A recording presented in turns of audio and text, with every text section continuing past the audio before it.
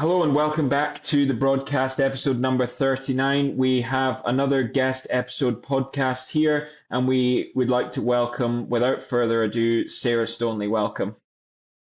Thanks so much. I feel so honored to be on the 39th episode.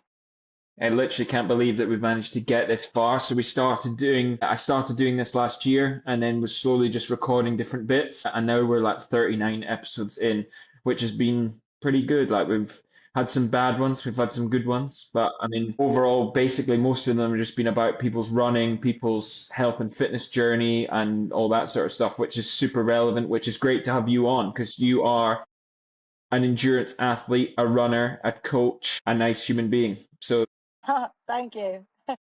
Hopefully I go into the camp of good episodes over yeah, the camp of bad episodes. well, what you have to do is just make sure you push it out to everyone so that they listen. Because I mean, I don't really care if the conversation's bad, but it's all about the views, right? Yeah, fair. But Gotta yeah, so gotta like, keep the people happy.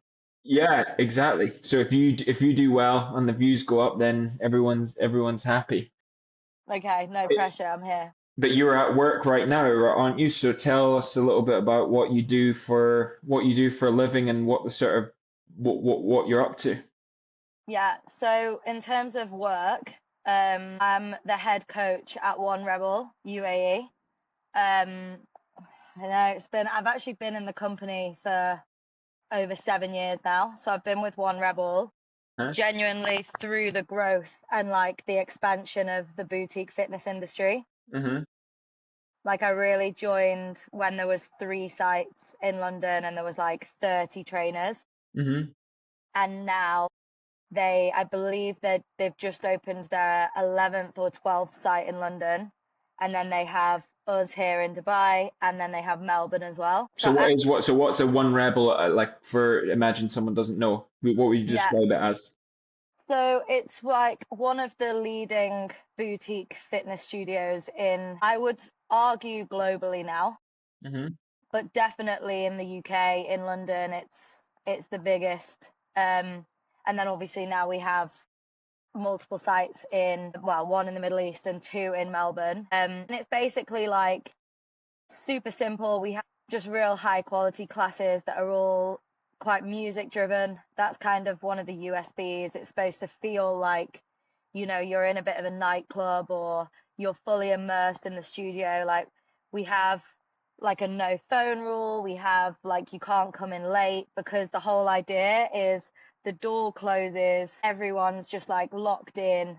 Mm-hmm. And it's supposed to just be like, I guess, a moment to escape what else is going on in your day and train and feel amazing and have fun Yeah. and make friends. And it's actually just that simple. But we offer multiple concepts. So I teach reshape, which is like a treadmill weights hit type session. I teach spin, and then in our other locations we have a rumble, which is like boxing, and then reformer as well, which is absolutely As we found out taken last off. as we found out last week, that's quite a difficult exercise modality to, to do, especially if you're a runner that doesn't have any hips. Honestly, anyone that's like in running or like fitness or like CrossFit or anything like that, I if you want to get humbled, go to reformer. I was seeing something on Instagram the other week that someone was saying, you know this trend where people say like I'm sort of like getting rid of these things, and one of them was counting reformer as strength for runners. Now there's a controversial one. Would you say that that counts as strength training? Because obviously you see a lot of people sharing it, right? And like I've seen people Mm. before when like this is great for strength for running, and then obviously I've got my own opinion, but I'd like to hear what you think. Yeah, interesting. I don't believe it's strength for runners. Hmm. I don't think so. I've never actually thought deeply about, I'm trying to think if I had a client that was gonna do zero strength Hmm. training, but they were gonna do reformer or vice versa, I would say you you need to keep the general foundation strength training, Mm-hmm. and Reformer is an amazing additional thing that you should definitely try and do. Mm-hmm. However, I don't think the simplicity of like unilateral movements with weight or even body weight, to be honest, like as I need at some point, like I just don't think you can ever, like you can make things fancy, but the bread and butter is simple and effective strength training, in my opinion. And if Yeah. you can add in Reformer and like get those little muscles that yes, you can't quite hit as easily in a reverse lunge, like with a dumbbell or with a barbell, Mm-hmm. it's just a bonus. And it is one thing I will say for Reformer is the strength of your core, like that it builds over time, Mm-hmm. is probably really beneficial for a runner. But I don't think you could sack off strength training and start doing Reformer. Yeah, I don't think. I don't think I disagree with anything that you've just said, to be honest. That sounds pretty much like my take on it. Like as a nice additional, it's probably quite good to add on. The reason Yeah, I asked is just so we were getting into a conversation about it last week, where people were saying, this is really good for runners. But then we were just basically, I was saying, well, yeah, it's like good in addition to a good running program with strength. Like you just, if the best runners in the world were just doing reformer, they would all be doing that, but they're not. They're doing strength, they're doing single leg movement, they're doing purposeful running strength drills, and they're doing volume based running sessions. And that's what makes them the best in the world. If reformer made them the best in the world, then the Jamira Janes down Kite Beach who did reformer 6 times a week would be better runners than the people at the run club, but they're not. yeah. Yeah, I agree. I think it's like one of those things. I think like if you were to look at like your running training as like a meal, you've Hmm. got like Reformers like a little sprinkle of Parmesan, Yeah, like it yeah, yeah. makes it better, but you can get by without it. I would say it's your multivitamin. Yeah, yeah, yeah, yeah. So like you've got all your macros, but you need to get your micros. So I think it's probably like your multivitamin. I think that's probably a good analogy of your plate of dinner. Your Yeah. protein I is your running, your strength is your carbs, your recovery is your recovery fat. is your fats. What's your vegetables? I don't know. Enjoyment. I don't know. That's not even. I just don't know. I made that up. That's probably a terrible thing to. I don't know where that came from. But tell me, how did you get into doing that at 1Rebel then? How did you get into doing this whole becoming a trainer, becoming a coach? Was that always the Yeah. plan? And how did you get into becoming a coach at 1Rebel? Yeah. So I actually think my journey to being a trainer surprises people just because I think I've been doing it for so long. I've really like pulled up a chair in the like boutique fitness space, and I think it seems like this is just always what I've done, whereas in reality, like I studied Hmm. fashion journalism to be specific. I worked in like editorial in fashion for not long. I did not last long. Hmm. And I basically got a job at a Virgin Active on the coffee machine Okay. when I was like 18, 19. And it was genuinely just like, I didn't want to work in a bar. I've always been terrible with like late nights, hate them. So I was like, don't want to work in a bar. My job, like trying to make it in fashion means you actually can't really get a retail job because the hours are like bang in the middle of the day. So I was like, what does it really leave me with? And early morning was like going to a gym, perfect. So I was doing that. I always enjoyed training. Like I basically then was doing so many classes on my free membership because I worked there. And Okay. I was working at like a real bougie Virgin Active in the middle of like Broadgate Circle in London. All right. So I was in the good one, like I was really making the most of the like level of classes that I could do and the facility that I had access to. To Hmm. the point that the trainers started to say to me like, you do classes so much, like you're pretty good, like why don't you consider teaching them? Like Hmm. genuinely for what you earn, in a 7-hour shift on a Saturday in the coffee shop,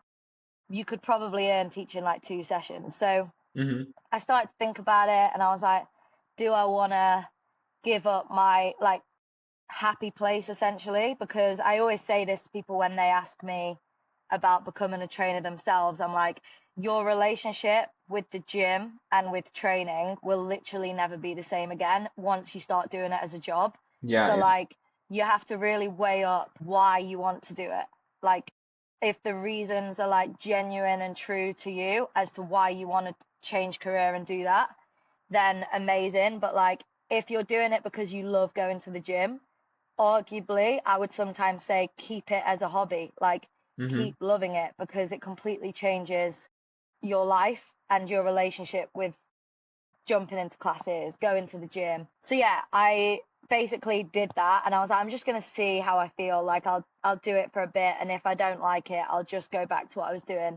Mm-hmm. And then I essentially, like, long story short, was enjoying teaching the 2 spin classes in the morning more than going into a magazine and working the entire day Yeah, yeah, yeah. in fashion. And I got to a point where I was between jobs, and I was like, I basically got offered an amazing job that if you work in fashion, you'd literally be like, this is the goal, essentially.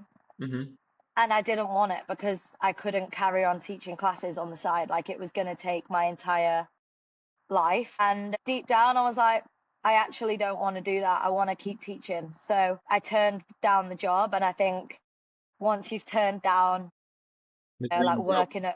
working at Vogue, you're basically like, I'm in now. I'm going to make this work. And then I basically just threw myself in, took everything. I was teaching at Virgin Active. I led, they launched a class called the Pack, which I don't know if they do it anymore, but back in the day, it was like a really cool cycling concept where there's a screen, Mm-hmm. and the session was the bikes were split into 3 teams, and everything was calibrated to the screen. So you'd like race as teams and stuff. And it honestly really took off at the time. I don't know about what the deal is now, but I was kind of like leading the launch of that with Virgin, and just I had a great time. And then I essentially just gradually started moving into the boutique scene at the same time as working more in like global gyms. Mm-hmm. And then just I got the job at 1Rebel as a spin instructor, and I just loved it. Like, they're an amazing company. Mm-hmm. And I was like, ideally, as a freelancer, and I'm sure you'll get this as well, like, you can be torn in about 10 different directions at the same time, and trying to feel like you're part of a team is quite hard because everyone is everywhere. Yeah, yeah, yeah. Yeah. hundred And percent. I really craved that like team feeling whilst being a freelancer. So Rebel kind of offered that, because I just trained up to teach multiple concepts for them and narrowed my schedule solely down to 1Rebel. And then I just progressed with them in my career. Like, I moved to Dubai. I set up the 1Rebel here as the head of fitness. So I recruited all the trainers, trained them up. I basically like bought it from construction site to what it is now. Mm-hmm. And yeah, it's been an amazing career progression within 1Rebel, but also like looking back at my whole fitness career in general, I feel like pretty lucky. Obviously, there's always those periods that are down, Mm-hmm. but I've never questioned that I'm kind of in the right Really? So you've never had a place. point where you've thought like, I wish I wasn't a trainer. I want to do like a normal job.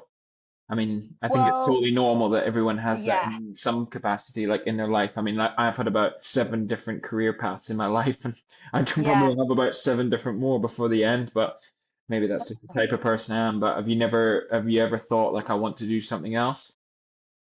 100%. Like, there's always those times where you're physically tired because the job is so physically demanding. Hmm. And, you do just give energy all the time. Yeah, And sometimes I honestly, if I was to say, if I could go and do something else, it would genuinely be to go back to just working in a coffee shop. yeah, I think that would Like, be a the good no dream. responsibility job. get up sometimes and like everyone that's close to me laughs at I crave putting normal clothes on. Yeah, yeah, Especially because I've come from like a fashion background. Obviously, there's a reason that I did that as a degree. Like I find that stuff, I really enjoy it. Like I love the creativity of it, having your own style. And I always say like I feel like I just wear my PE kit. yeah. It's just stuck in this like gym kit all week. And then I get to the point where I'm like, God, I've not actually just like worn normal clothes. Yeah, I'm the same. I just like literally, I think I own one pair of jeans maybe. If I'm lucky, they get on like once a month or something. Yeah. And sometimes if I'm wearing like the other day, I wasn't working in the day. So I'd put on like a very, very normal outfit. Like it was not fancy, it was not bougie. Hmm. And the amount of people that were like, where are you going? Just Yeah, because I wasn't wearing gym kit. And I was like, oh my God, it's this is a sign. yeah, it's bad, isn't it? But I've just gotten to the point where I'm so lazy now, where I just only wear my adult PE kit everywhere I go. Yeah, adult PK. Like Even now, I'm obvious. sitting in the house in adult PE kit. Yeah. And I think people that work in corporate jobs would tell me to shut up because like they would kill to be able to walk around in Lululemon all day. Yeah, But that's like I just I think that's a classic case of grass is always greener though, because you always 100%. want what you don't like, what you don't have, and you always want to do the next thing. And I think they would want PE kit, and then you would want to wear their clothes. And but Yeah. realistically, it's just you just want to experience that. If you did it for like, if you had to wear those fancy clothes every day, or not fancy clothes, you would probably Yeah. be like within a 2 week period, you'd be like, I'm going back to wearing whatever was comfy and what was Yeah. most practical. I was wondering, how do you deal with like, I mean, because I've definitely dealt with it before with like the class fatigue, and say you're coaching 4 or 5 classes, like how do you deal with that sort of, because I think people sort of assume when you work in this industry, like for me with running and obviously you with doing that stuff, that they just assume that you're some sort of like Duracell bunny that you can literally go all day. But like, how do you deal with the days that you're like, I can't be asked? Yeah. I've always like really prioritized like alone time. Hmm. Uh, and I think again, like you said, everyone just assumes that like to do our job, it must mean that you're like super extroverted. Hmm. Whereas actually, like when I'm not at work or like with my friends, I genuinely really like to just be alone. Hmm. Or like, you know, it, in Dubai, I find it easier than when I was doing it in London because in Dubai, if I literally even have like 1 hour free, I go and sit on the beach and read my book. Like, I think that the time that you put into recharging Hmm. is the absolute key to having longevity in the industry. Because I just think, especially teaching classes, the amount of energy that you have to give, and like, Hmm. okay, when I'm teaching spin, 45 minutes completely juggling, knowing what's about to happen in the music, being able to actually coach the session and like deliver it as a good workout, teaching points, like technique point, all of this stuff, and actually ride the bike and be fit enough to do it. Yeah, yeah. Then reshape, you've got half the people lifting dumbbells, half the people doing a running block, and you're teaching them both what to do at the same time. And Mm. like I think just as I've done it for longer, I understand my capacity more. Like 3 back to back, I'm like, I now need to have an hour before I go into seeing one-to-one clients. Like trying to do back to back sessions. Like Yeah. I used to do an ungodly amount, like and spin as well. I teach honestly in London. I mean, I was about 21. I did like 7 spin classes in a day. Like Yeah, it's crazy. the actual hell. Yeah, I don't think I've ever done anywhere close to that amount of classes back to back, but I mean, it's just like, I guess you're cutting your teeth though, like, and it's probably like what I speak about all the time about trying to do things wrong, and when you do them like, or not wrong, but you basically learn that like you did seven back to back, and you're probably like, I'm never doing that again. Yeah, literally never. Yeah.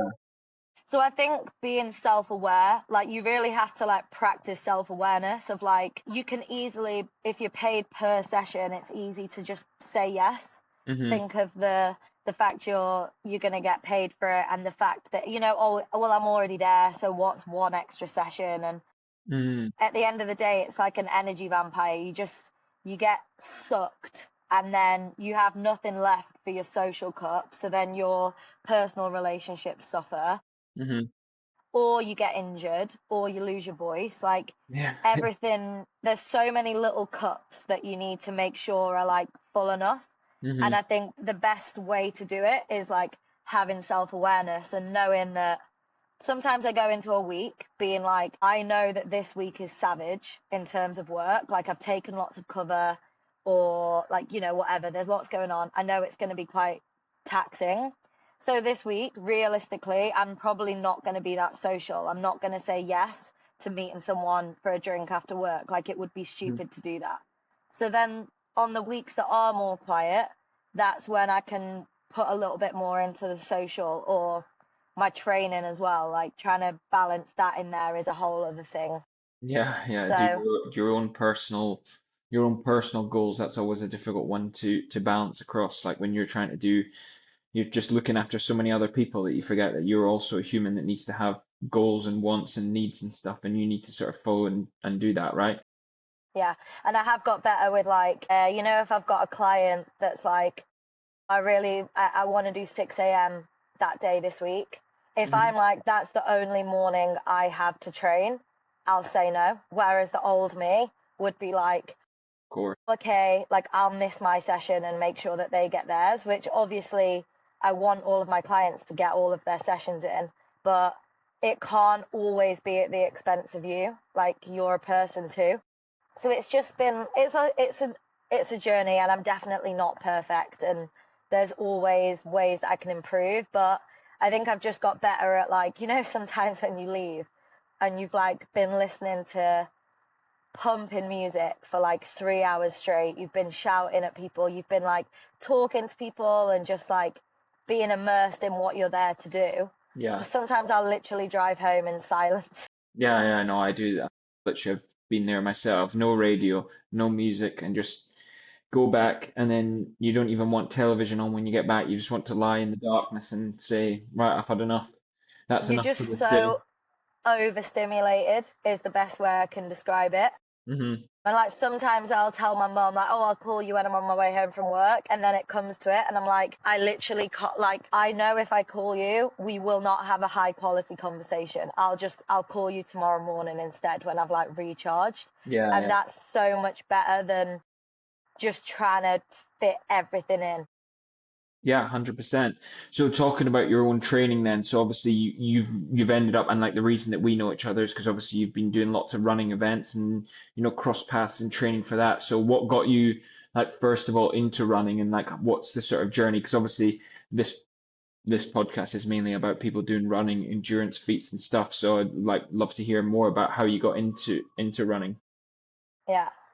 Uh, I've always like enjoyed running, like even as a kid, like sports day, athletics, like all that stuff. I was into it, but I was never like, I've never been a runner. Like everyone, I used to say when I lived in London, I was literally like, God, I'd never run a marathon. I just I could not fathom that people could run a marathon distance. Like it literally blew my mind. I was like, I'd enter 10Ks. I think I did a challenge once, like literally just with my friends, where it was like 200 kilometers in a month, along with like 800 kilometers on a bike. So like Hmm. it was like 1,000 kilometer challenge in like the month of October or something. And that's probably the first time I had to manage like going out for runs around my like life. Other than that, it was always just a bit of fun. Did it when I fancied it. Would go do a Barry's boot camp, and like I'd be a decent runner in there, like, Hmm. but I wasn't, I didn't ever have a goal in terms of running. And then about just over 2 years ago, and I'm not even exaggerating, I was just lying in bed and I was like, I need a challenge, like a physical challenge for myself now. Like Hmm. I've never really pushed myself from a training perspective to anywhere that's like that dark. So Hmm. I just signed up for a 110 kilometer ultra marathon in Morocco. It was like across 2 days, so a multi-day. And I was just like, there we go, let's see what happens when it gets dark. Yeah, yeah, yeah. Completely skipped the marathon distance and just went full in on an ultra.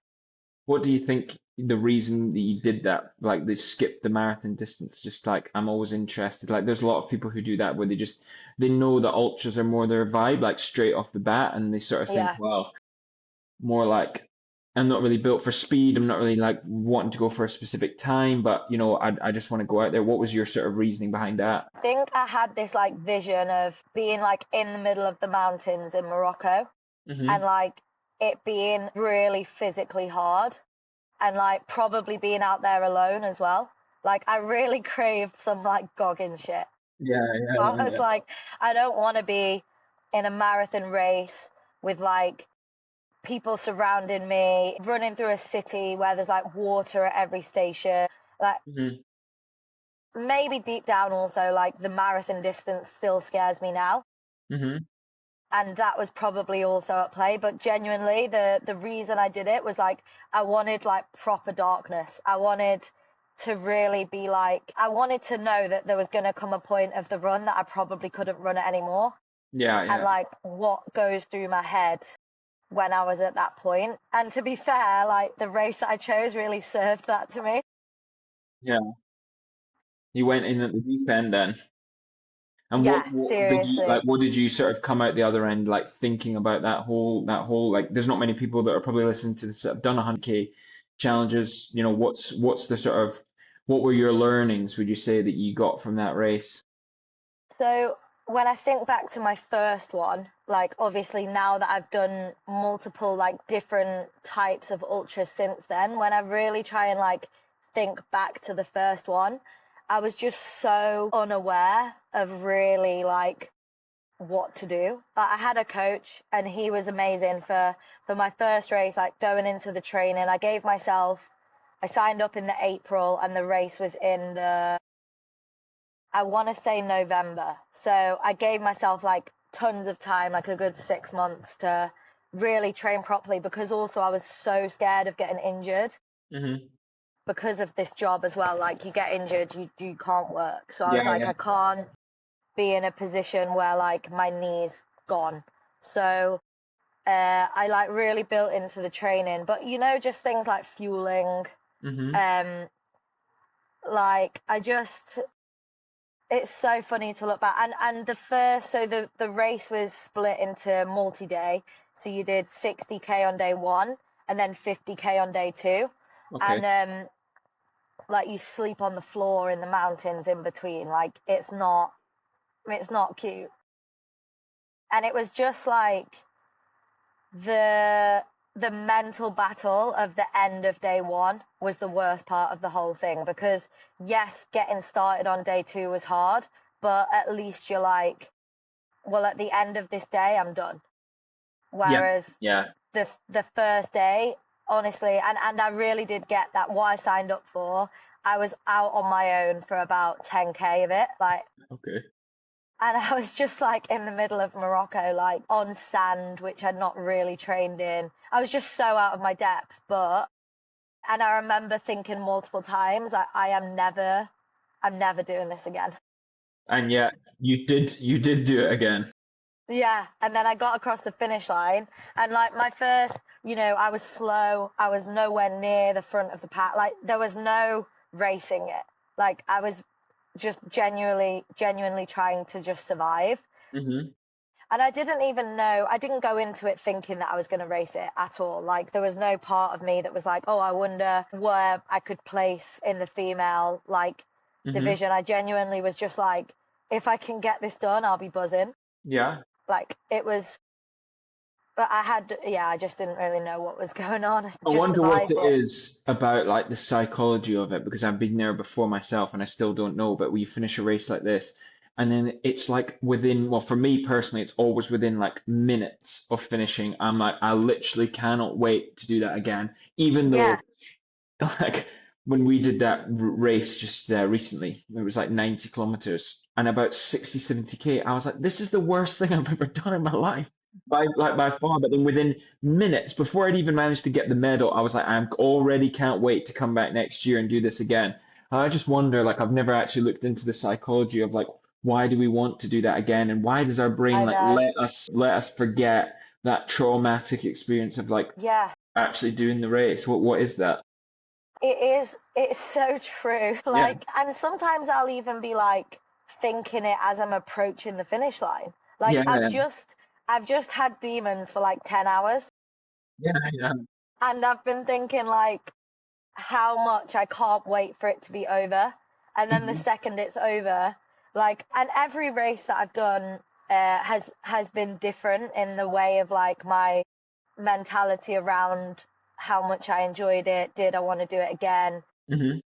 But I found that like what I had with Morocco, which was the first one, and then I did Vietnam in October, Hmm. and that was 70K through the jungle in the middle of Vietnam, which had 3,000 meters elevation, which was again like a completely different beast. Those two I approached and I trained so hard for them, like because I genuinely do not go into any race with like I'll just enter it and see what happens. Hmm. I genuinely put everything into it. Like my social life is, I'm struggling. Like everything's focused on that for a good couple of months, and I'm actually just craving like normal life more than the actual race being over. Hmm. Yeah, So just go then, back into the sort of normalcy of like meeting friends for drinks or like going out, not having to worry about what time you're going home to get to bed, and that kind of stuff. Yeah, You just feel like that loser. no, 100%. I think that's like we've got ourselves into like a group of like friends here, and we just like all seem to be doing stupid stuff like that every month though. So we're all like in some sort of cycle where you're like, well, I'm leaving this place early because I've got to go and run 30K, and that's just become so normalized now. Where you Yeah, just go, right, okay, that's fine. Whereas like I yeah, think it's so true. yeah, I think if you had like more normal friends who were like, "What are you doing that for again?" You told me last time you hated it. It might Yeah, make you do it a bit less. I have a real mix of like friendship groups, and it does tend to push you closer to the ones that get it, because you don't want to feel like that loser that's having to turn up to things. And sometimes I feel bad because I'm like, well, I've not spent time with some of my friends properly for ages. And then Hmm. before I've even got there, I'm texting them like, by the way, I'm leaving early. And I'm like, Yeah, probably if I was my mate, I'd be a bit like, yeah, yeah, yeah. Like, what's she come doing? There's on. no point her coming or something. I don't know, but they're obviously not going to be like that. I don't think anyone. No, They're probably like they wouldn't be your friend if they weren't at least a bit supportive of like what brings you some sort of joy. yeah. Um, but I think I crave it is a lot, like, getting up, especially living in Dubai, trying to train for stuff like this. Like the time you're getting up in the middle of the night sometimes to get early runs in Yeah. to beat the heat. So it does just take over a bit. And I think the build up to those two and the 100K in May that I did, I was literally like, I just need this race to be done so that I can not constantly be like, is my mileage high enough this week? Have I ticked off all the runs that I need to be doing? Like, where where can my priorities lie? Like, just everything's an overthink. Like this 100K that I trained for, I was genuinely on one run thinking about how I was getting the next run into the week. Yeah. It takes over your whole brain. So yeah, I think having off seasons is important too. It's easy with, like you said, when you're finishing one race and immediately like, when's the next one? Like, I can't wait. It's easy to keep like jumping from one thing to another. Hmm. But I try to force myself after this, okay, to take at least 6 weeks, at least, of like genuinely, you just train how you want to train. If you want to go do a class, go do a class. If you want to go for a run, go for a run. If you don't want to do anything, you can Yeah. happily do that. Before I started training for Chicago. Yeah, I was going to So say you just jumped into what you said before. You've never done like, the marathon never interested you. So what has now sort of turned you around? As you said there, you're running Chicago Marathon, and as you've told me before, you're running for a time. And like, what's the sort of reasoning behind that? Like, you want to explain a bit about the rationale about how you've sort of matured to maybe want to do that distance, and sort of why now the push for time? Yeah. I think that, with running, long distance running, but even like, to be honest, if your distance is 5K and you're trying to improve that time, like, doesn't even really matter like what distance it is, but I think running in general is, there's something about it that continues to prove to yourself that you can do things that you didn't think you could do, Hmm. whether that's improving your 5K, or like, you'll get this all the time with people that come and they're like, I can't run 5K, and then they run like K without stopping, and that is just as much a win as it is for Absolutely. someone who manages to knock 5 minutes off their 10K time. Like, it's essentially the same win, but it's just in a different scale. Yeah, exactly. Yeah. And I think that that's essentially also links to what we were saying about that addiction to keep doing it, because you keep essentially proving to yourself that you can do shit. And I Yeah. think that maybe doing the last few ultras I've done have gone like better than I ever could have expected. Hmm. So then there's a point of me that's like, okay, let's be real. The not running a marathon for time is a fear. It's not because I don't want to, it's because I'm scared. So Do you feel like even you're if, scared for your own time, or like do you ever feel like I know because I feel like this sometimes where you feel like a part judgment because people look maybe up to you as a coach or someone in this space, they expect you to be at a certain level and do certain things. Do you ever feel that that's sort of an expectation that people expect you to be at a certain level? yeah, 100%. And I think, especially when you run, like, people kind of know me now as someone that runs ultras, real long distances, but that doesn't mean that you're a fast marathon runner. Hmm. If anything, it's like I'm slow, because Yeah. like all I'm used, like, I was joking, but it's genuinely true. Like, I've lived my life in zone 2 really for the last 2 years. So I need to find zone 3 and I 4, was going to and say, how are you finding zone three and zone four? How are it's they treating hard. you? Yeah, yeah. I think it's often like misunderstood about how difficult that is, especially like you've obviously already developed a strong aerobic base and you're obviously like in good shape and good running shape. But then when you come and start asking your body to do something it's never done before, it's just like a completely different challenge to ask it to sit in, a higher zone for, potentially up to 4 hours. I mean, I'm not sure if you're going for a specific time, but say anything up to that, it's a long time to be sitting at a hard pace. Yeah, exactly. And also, I just think you can't underestimate what picking up that pace can do as well to your body, in terms of like, okay, I'm super conditioned to running far, slow for like hours and hours and hours, but I'm not conditioned to hold like a 5 minute kilometer for a long period of time. And that's where also you can get injured. Hmm. Yeah, yeah, yeah. The So sort of grey middle zone, but that's unfortunate that that's the exact zone you need to run in to run a marathon.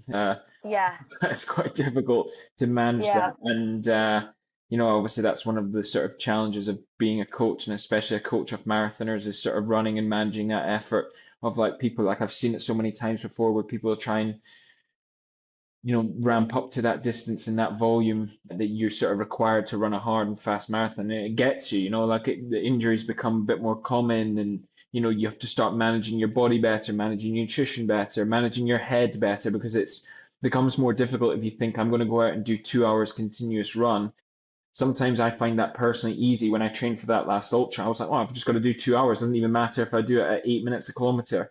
yeah, exactly. Time on feet is time on feet. Exactly. It doesn't matter. Whereas if you're going, right, I've got specific, I think on the weekend you were doing something like 1K intervals It or was something awful. awful. So, like that's mentally challenging to step out the door and know that you're going to go into that like hurt locker. Yeah, it is. It is. It's the pain cave. Hmm. And like, I think doing multiple ultras, the pain cave is the same pain. Hmm. Like, exactly, it's going to get dark, but in what way it gets dark and how you manage it. Hmm. Um, it's like anything, like, repetition is how you get better at stuff, right? So like, the first time I did an ultra, I was like, that was hell. I never want to do it again. I did not enjoy that pain. Hmm. Whereas then the second time, I'm like, okay, at around like point of the race, I'm going to feel like that. What's in my toolbox, like mentally and physically, to help me get through it? And then you're pushing back that hole, that pain cave, further into the race. Whereas this running a marathon it's like a whole different pain cave that I've not got a toolbox for yet. Yeah, yeah. But then the training that you're doing will inevitably make you have it. It will force you to learn that toolbox of like what worked well and what worked poorly. I mean, you have obviously ran a marathon before because you ran with us at Prague for the marathon, but finding what sort of helps you in that area is just always difficult. And I think you have to go on your own little journey for it. There's nothing that even a coach can sort of teach you. You can get best advice, but until you sort of get to 32 kilometers of sitting right on the absolute limit of where you can push yourself to, like you're going to find out there and then. And that's going to be like your own journey. So it's like, what's your biggest learning so far from or if you've made any sort of, have you made any sort of learnings, or at the minute, is it too early to tell? What, going from ultra to marathon? Yeah, for anyone, going through marathon training, what would you say? Have you learned anything so far from your sort of last couple of weeks of training? Yeah, I think there's two things that always stick out for me, and the first one is really, I mean, I think they're both true for any distance, but it's highlighted it in this like marathon block, which I'm only like 2 weeks into, but Hmm. let's pretend I'm a seasoned marathon pro. I think the reason why you're doing it, or the reason why you want the time that you want, Hmm. I think you need to be really dialed in as to why. Yes. Because at the end of the day, if it's not like a genuine reason that you care about, Hmm. when it gets hard, it's going to be even harder to push through, because you're like, reasons why are not clear and they're not necessarily like genuine. Or I wouldn't say harder to push through. I would say easier to ditch. Like, Yeah, yeah, I would 100%. say your get out clause is like, oh, I didn't really care about it that much, or Yeah, it doesn't matter, or I didn't really train hard enough for this. I think people give themselves like an easy out for that. yeah. And it's easy, like running is such a trend now, like everyone's doing it, and it seems completely normal to run a marathon, which it's not. Hmm. So to then start setting like times that you want to hit, is it because you want to challenge yourself for that, or is it because that's what society thinks is a good marathon time? Yeah, Because it's like, if that's not where you're at in your actual like running journey, let's say, yeah. then why are you pushing for it when it could potentially be what like brings you an injury that you can't necessarily come back from too easily? Or it just might not be realistic for you, like in that sort of training block. I think Yeah, that's I think that's such a good point. I think that's sort of applicable to the marathon distance. But I do get you. I mean, you might be the same if you coach people, but you get such arbitrary times thrown at you by people about their reason they want to run something, and then for some reason it's always like a 25-minute 5K, and it's always like for some reason people always want to do. People be like, I want to do a 3 hour marathon, and that's always for like inexperienced people who like literally have no idea what a 3 hour marathon is. I know. Like it just sounds brilliant, doesn't it? But I mean, Yeah, it's literally like the you're talking reality of about, that is yeah, you're just insane. literally, I mean, it's like 1% of all runners who are eventually going to get into that sort of coveted sub 3 hour club. But then it's just, where people got that goal from. But then it's obviously up Yeah, to sort of yourself to understand where you're at, how you're doing. And I mean, you will understand that better than most because you are a coach. yeah. Uh, Um, yeah. and then my other thing with like my learnings from like marathon training or runs, like programs that might feel difficult, like you're better off going and trying Hmm. than just not trying at all. Hmm. Even if, so for example, right, you saw me on Sunday. I was Yes. doing this like progressive run that was like 19k, and it had 6k progressions in it, and then a 1k push at the end. Like, I looked at the pacing and I was like, I know myself and what I can do, and that is fast. Like, Yeah. I'd basically have to be in race environment to be able to do that. But let's just see what happens.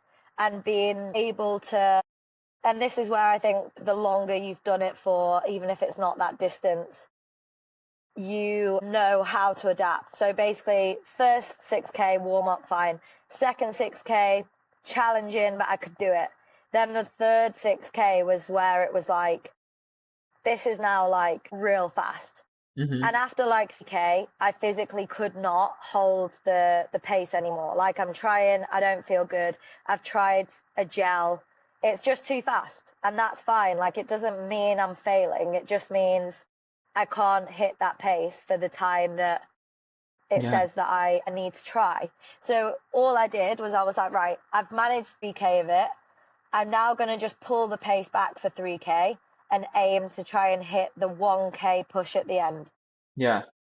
And instead of coming out of that run thinking, I failed that, I couldn't do it. Or what I could have done was, as soon as I started losing pace in that third block, being like, I may as well stop because I can't do this anymore. It's Mm-hmm. actually like, no, just find a way to adapt in the moment, finish it. Even if I didn't push the last 1K and I genuinely just did the last 4K conversational pace again, it's like, you're still building blocks to get you to where you want to be Yeah. more than if you just stop. I think even if you did stop though, you've still done a good session up until where you've got. Like I think what I try and say to people, like from what I'm listening to that, is it's like exactly what I try and tell people. Like the only time you fail is when you don't try. Like if you put your shoes on that day and you step out and you take 15 steps and it's like absolutely not, that's not my day, that's fine. Like you've went Yeah, out and you tried. Like the days that you've quit before you've even laced up your trainers are the only times that you ever fail. yeah, And that's like a good lesson for people, I think. Like if you go out and if you did 3K on that run, okay, maybe it wasn't your day, you can sort of look at it again and sort of yeah. see where you go.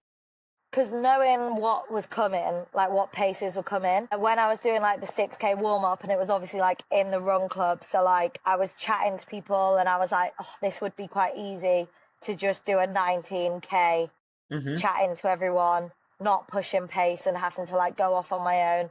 It looks fast. I'm probably not going to be able to do the run as it's programmed, so maybe I'll just do a zone 2 instead. And I was like, no, like you've got to try. Even like you said, even if I try and push the pace and it isn't my day and I do just need to get the distance in without the intensity, Hmm. but at least give it a go. Then Absolutely. at least, and then you usually, not always, sometimes it genuinely isn't your day and you do just the best thing to do is to stop. Hmm. But most of the time you end up surprising yourself a bit Absolutely. and Yeah. finding more than you expected to find. So I Absolutely. think like striving for like not striving for perfection is probably how you're gonna progress better. Yes, I agree. Fully agree. Give yourself the best opportunity to progress. Give yourself, your best effort on the day. Maybe it doesn't work out. Ultimately, most of us are not professional athletes, so it's not like we've got a check riding on you come in third No, place at Chicago Marathon, like you've not got mouths to feed for a bad race or whatever. You're just trying to do the best you can do on that day. And if that's, whatever you managed on that day, you got to the third block of 6K and you couldn't hold it, but then you sort of did your absolute best, and that's fine. You're still making progress towards, your goal. And ultimately, there is no fail. Like I said, only if you didn't try, you yeah. fail. But you'll have I lots think more. it's just You'll have lots more learnings, I think, on the sort of as the journey goes on, yeah, especially as you get into peak mileage, especially as we work up towards like, that it's going to get hotter here still, which is unbelievable to think about as I'm sort of sitting outside looking at 35 degrees next to me. yeah. I think as well, like going off what you just said, like let's just not forget that we're doing this for fun. Yeah, yeah, Like it 100%. is good to push ourselves and like to have these like targets and challenges, and I think you build up like resilience doing this stuff that you take into like other areas of your life. Like I've definitely never been this like calm, like my emotions and my like hormones are probably the most balanced they've ever been, and I do put some of that to the fact that I've got into running and it's like real good headspace and stuff. Hmm. But it's not that deep.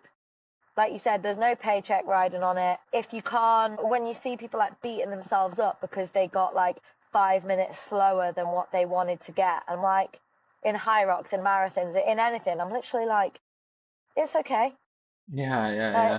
I think you're uh, okay. I think that's one thing I absolutely despise. Is the first thing people do, it's always social media. Is they take to social media and put like a list of 60 different excuses about why they didn't get this time. And like literally, like it's not that deep. It's just like you just tried your best, like you didn't get the time you want. I mean, you can sit and analyze it yourself with you or your coach, and obviously I do advise that you do that and say what went well, what didn't go well, what could we have done differently. But like to sit and put it all out there, like yeah, I mean, it's just there's just absolutely no point. You're just going to make yourself feel shit, and like Yeah, other people are going to see it and be like, I'm not inspired by that either. You know, like I think it's like yeah. one of the worst things you can do. It's good to look at, okay, you can look at like when a race doesn't go well or the way that you wanted it to look at why, because, you know, maybe there's some things you can do differently and like learn and improve. But genuinely, sometimes there's no like clear reason. You just wake up, just like sometimes you wake up that all the races that I've done the best in have always been the ones that I've expected to do well least, you know. Yeah, yeah, I've yeah. kind of gone into it just with less pressure, just seeing what happens, and they're always the ones I've performed well in. And then the ones that maybe I've gone into with a bit of pressure on myself around, like for some reason it might just not be your day, and Yeah, something exactly. hurts that doesn't normally hurt, and you can never fully plan. That's why it's fun as well, because you could do an amazing training block and on the day you just feel like trash. Yeah, 100%. And that's the same for you or the same for, you know, the world's best marathon runners. There's absolutely no guarantee of a good performance on the day. It could be like Yeah, something as simple as like, I mean, you'll know when you get into the middle of the marathon, you're trying to like scoff down a gel, running at like 5 minutes a K or whatever pace you end up doing, and one of them doesn't sit right. You could be 45 minutes running uncomfortable, not feeling great. I mean, that could ruin your whole race. And you just don't yeah, know on the day. You just put yourself into a situation where you're able to perform the best of your ability as your body, you know, gets you there on the day, and then just do as well as you can do. I think that's yeah. all we can do. And then anything apart from that is, you know, you have to let it by the wayside and just focus and, you know, go again. It really keeps you humble, is what I'd say. Like, I remember the first time I had a terrible run in my first training, and Hmm. it was like obviously again something I've not experienced before. I've never been in a spot. Also, I'd never trained outdoors in Dubai, and I like trained through the summer. Yeah. So sometimes again, like your body's in a great state, but if the humidity is 90%, like What can you it'll do? take you down. Yeah, well, yeah, you're trying to beat the sun. And it's just not going to Yeah. work. And I remember like having to stop. Like I was genuinely like vomit level. Like it was awful. And I Hmm. remember like really beating myself up, like, God, that was awful, like really bad. And my coach was like, you know, when you have a really good run and you feel like, oh my God, like I'm so good, like, and Yeah. like you get that little cockiness, that little pep in your step. Like that one mixed with these awful ones is what brings you like Yeah, to yeah, see, being what you are. Like you can't 100%. always be on the high and you won't always be on the low. You're only as good as your last run. As you probably tell people in your coaching in like different classes, like you know the rule of thirds, right? So it's like Yeah, a third of them are going to be dog shit, and a third of them are going to be the best runs you've ever done, and then a third of them are going to be in the middle. And as long as you're in that sort of ratio, you're doing things right. If more of them, if like more than a third of the runs are too good, then obviously you're probably not pushing yourself to where you need to be. And if more than a third of them are really, really bad, then the level's not where, like, you know, you're probably pushing too much and you're, you know, going in yeah. there. So try and keep it that sort of rule of thirds. And I think it's like a pretty decent rule of thumb to go. And I was thinking at the end of all these podcasts, I always have a question. I want to see what you put in. So, do you know the concept of room 101? No. So it's like the room where you can put something where you never want to see it again, so to be banished. And I like to ask people, what's your what's your of if you never have to see this thing again, it can be anything, it can be a type of training, it can be fueling, it can be anything. You can put it in room 101 and then you never have to see it again. Can I put in chafing? Yeah, you can. Yeah, you can put in that for sure. Chafing in all sense of it. It's a real like nasty part of running that no one talks enough about. We need to get some of this in there. Yeah. If you're just We listening to this, that's a body glide. that stuff's good. To be fair, when we were talking about it on Sunday, how like you really think that you're fine and then you get in the shower. Yeah, yeah, yeah. That's I think that's pretty good. If we put that in the room 101, we never have to deal with that again, then I'm pretty sure everyone will be happy. Everyone will be happy, and it's always like places that you don't expect. Hmm. So get it in room 101 and then we don't have to worry about it ever again. Sounds absolutely perfect. I appreciate your time coming on to talk all things running and coaching, Sarah. I'm sure you've got plenty of other sessions to do left at work, and then obviously wish you the best for the rest of your Chicago Marathon training. Have you got any training sessions coming up that you're excited for? I'm actually running like a conversational half marathon tomorrow, which will be fun. Very nice. Never thought I'd be the person that's saying a chilled half marathon will be fun, but that's who I am now. And then I'm actually in Cornwall this weekend, so I'm quite excited to like just get a run outdoors in weather that isn't trying to take me down. Amen to that. That's exactly what I'll be doing tomorrow. By the time that you're probably listening to this tomorrow, you'll be running around perfectly weathered Cornwall, and I'll be running around perfectly weathered Scotland. So we're all going to be winning. Love it. There'll be less chafe for us. No, no more chafe. Well, thank you very much, Sarah. I appreciate your time. You just listened to the 30, what did we say was a 39th episode. 39. So I appreciate you taking an hour out your day to tell everyone about obviously your journey. They can look at all the different fantastic things you've done. So well done to all the different ultras that you've done. You've done 100K solo, you've done marathons, you've done lots of different stuff. So people can sort of check that out and make sure they wish you good luck for upcoming Chicago. So thank you very much. Thank you very much for having me. No worries. Thank you.